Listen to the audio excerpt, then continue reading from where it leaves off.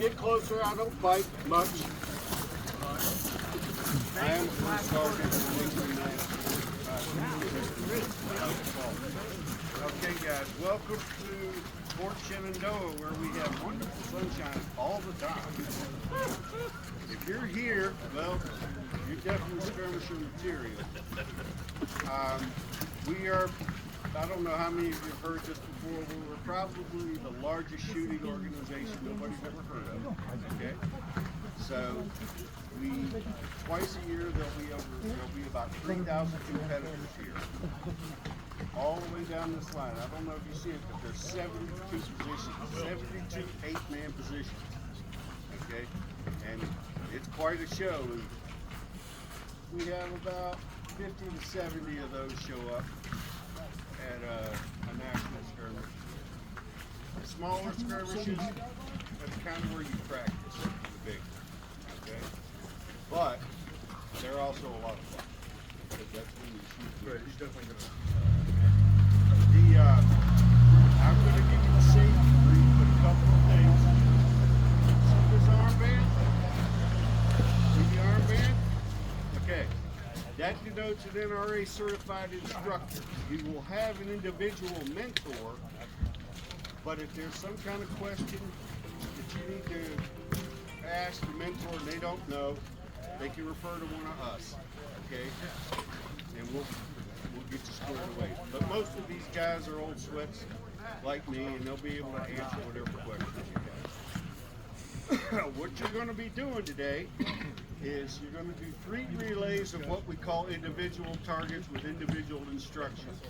And that's when, after I get done with my safety brief, the mentors will reinforce all of our safety rules. Our safety rules are actually stricter than the NRAs or the NMLRAs, okay? And the reason being is we've got 50 plus years of experience doing this. And, you know, we kind of know what to do about it. Some of us still don't, but most of us, okay? When you're up on the line, basic safety rules apply.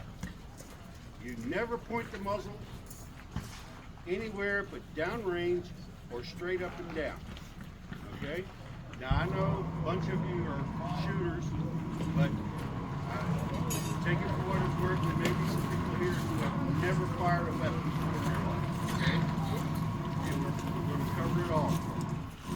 Some things to realize when you're firing these muzzle loads. When we load, you'll be having a rubber or plastic tube, okay? It's got powder in it, and there's bullets inside of it, on the top of it. You can use your hands if you're not comfortable, or bite it off. Either one is fine. It's up to you. Everybody goes, oh, what about lead? You know, you're not going to really get any lead here unless you really bite down, okay? And you don't really want to bite down. All right, just twist it off. And when you pour it, this is really important. When you put the gun down to load it, see, this is called a ram channel. Okay, that's where your ramrod goes. Okay, but I want that ram channel facing you. And the reason it's facing you is when you do that, the gun naturally cants away from you. With the way the butts are on these guns, it'll naturally cant back toward you if you're just easy holding. So face it away so the lock is facing downrange, okay? And when you load it, this is what we call cook-off weapon, okay? And it seems counterintuitive, but the damper it is, the more likely you are to get a cook-off. You're going to hold it like this, and you're going to pour the powder in like that. Now notice my hand. Just look at my hand. Okay? If you have a cook-off, if your hand is like this, boom, your face is shielded. Okay? It's not going to hurt you. I mean, you might singe your fingers and make you have to go clean out your underwear. But it's not going to hurt you. Everybody's got ear and eye protection, right? All right, cool. You do that, and you'll put the bullet in, rammer should be like this with the cup facing up in that tube we got out there. Now when we do it, we just use bayonets, all right? But for this, you can use the tubes that we got there. You will bring it up like this, away from you, out like this, you put it on top of the bullet, and you'll drive it down. Things you will not do. There are some things you will not do. You will not cut bore with your hand, ever. Because if you get a cook off at this point, it's got nowhere to go but in your hand. And, well, it's not gonna cripple your hand, but you'll wish it had, okay? Because it's gonna hurt. But also, when you put the round in the end, the hollow part goes down, okay? Now, if you guys decide this is something you want to do for real, some of these old goats out here are going to tell you, oh, load it backwards the first time, you know. They're messing with you. Don't do it. Don't buy it, okay? Don't buy it. Hollow goes down. Do not push it down with your thumb or do this. If you do that, then your mentor is going to have a heart attack and scream at you, and then, you know, fall apart, and then, you know, it's really embarrassing for everybody involved. It just gets awkward. Let's not do that. When you put the bullet in, you never cover the top of the bullet with your hand or finger or anything. You're gripping it by the side, putting it in. Then you pick up that cupped end, out like this, put it on top of the bullet, and it should drop down easy enough. But if you have to push it a little, boom, push it down. Don't beat on it, okay? Don't beat on it. I know if you're a round baller, a lot of round ballers like to smack it down, okay? This you don't have to. These bullets are undersized for a reason, okay? To make it faster to load, okay? And they're undersized, and when the powder ignites, it expands the back of the bullet. This is soft lead, dead soft lead. So it expands and it grabs the rifle and spins it. That stabilizes the flight of the bullet, okay? But so much for ballistics, okay? But you should not have a problem ramming. If you run into a problem loading, refer to your mentor. They'll talk you through it. Realize, you can do, all of you can do this, all right? This is not beyond any of it, all right? Now, whether or not you hit anything, you know, hey, that comes either with time or with skill. I have neither skill nor, you know, any of that. So, you know, I just fire in amongst the most. You will hear load and come to the ready. That's when you start loading. You do the loading thing.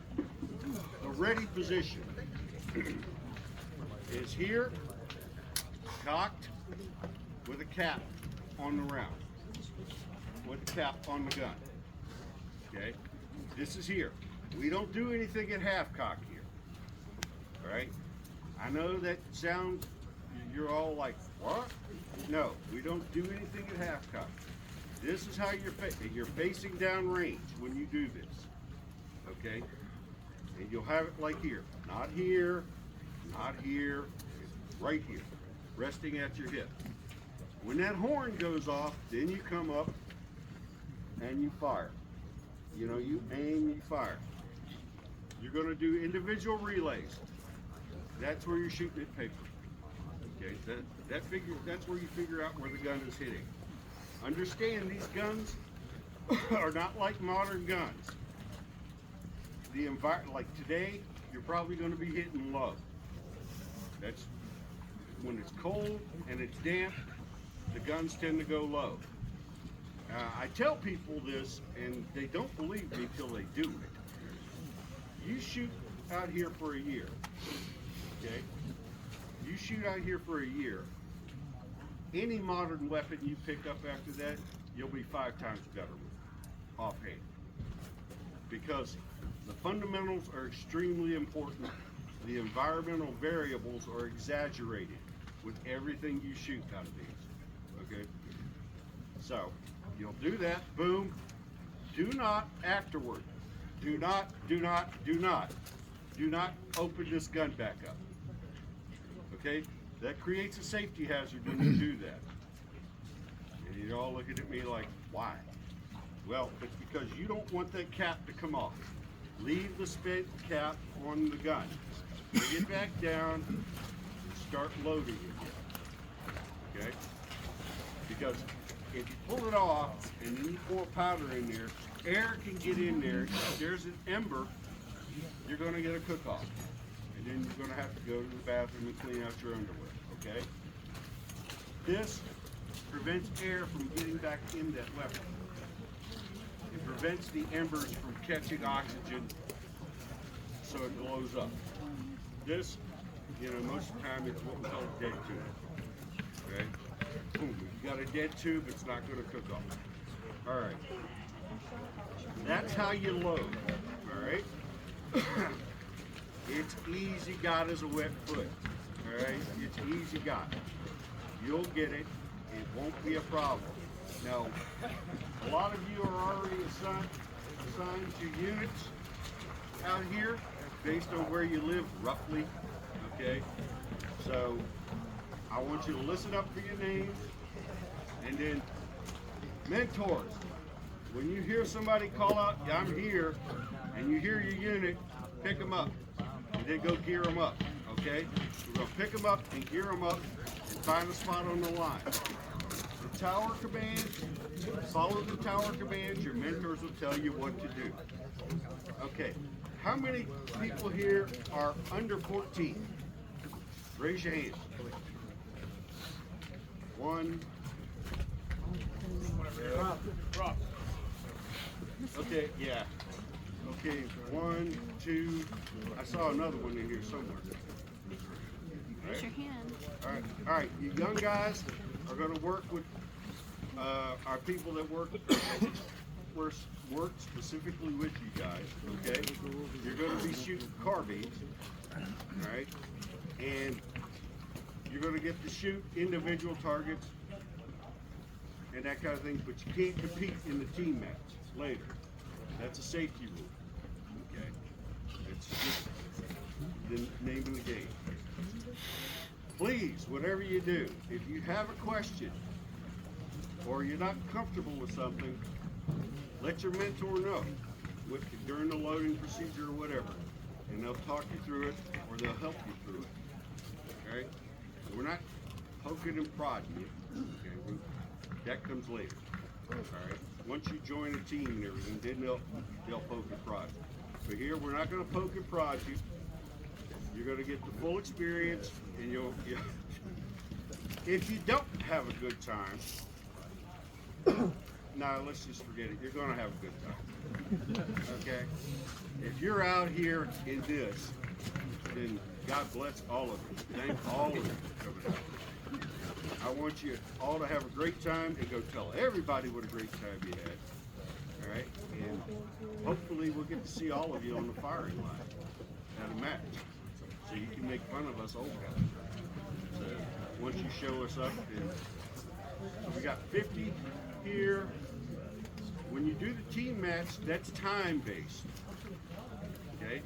You're going to have somebody there timing you, not you individually, your team.